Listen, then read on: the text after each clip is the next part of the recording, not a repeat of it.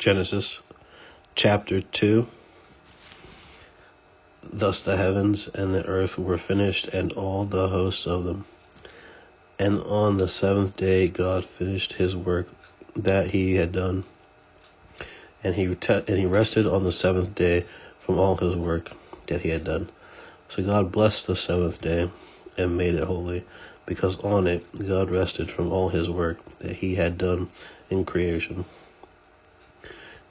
These are the generations of the heavens and the earth when they were created, in the day that the Lord God made the earth and the heavens.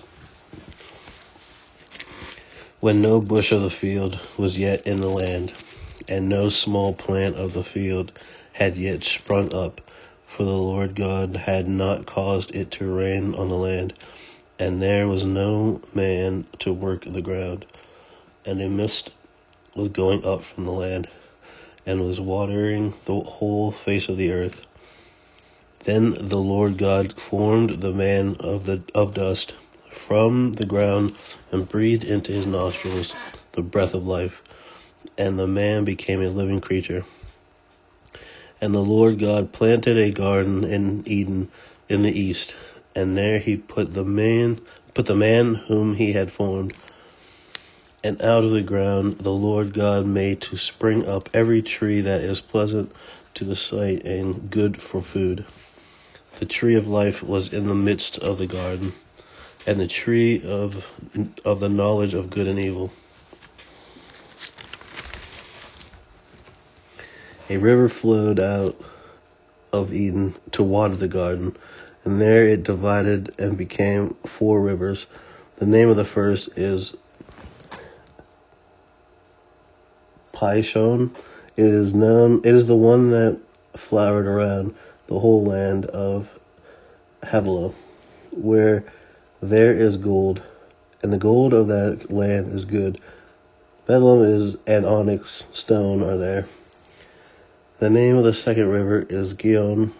It is the one that flowered around the whole land of Cush. And the name of the third river is the Tigris, which flows east of the Assyria, and the fourth river is the Euphrates. The Lord God took the man and put him in the garden of Eden to work it and keep it. And the Lord God commanded the man, saying, "You may surely eat of every tree of the garden, but of the tree of the knowledge of good and evil you shall not eat. For in the day that you eat of it, you shall surely die." Then the Lord God said, "It is not good for the man should be alone. It is not good that the man should be alone. I will make him a helper fit for him." Now out of the ground the Lord had formed every beast of the field and every bird of the heavens, and brought them to the man to see what he would call them. And whatever the man called every living creature, that was its name. The man gave names to all livestock, and to the birds of the heavens, and to every beast of the field. But for Adam there was not found a helper fit for him. So the Lord God caused a deep sleep to fall upon the man, and while he slept, took one of his ribs and closed up its place with flesh.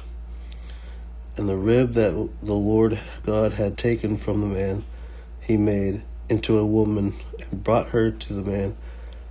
Then the man said, "This at last is bone of my bones and flesh of my flesh.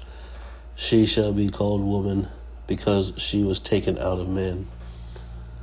Therefore a man shall leave his father and mother, and hold fast to his wife, and they shall become one flesh. And the man and his wife were both naked and were not ashamed." Sorry for the butchering of some of those names, but that's going to be day 2, chapter 2. Thank you.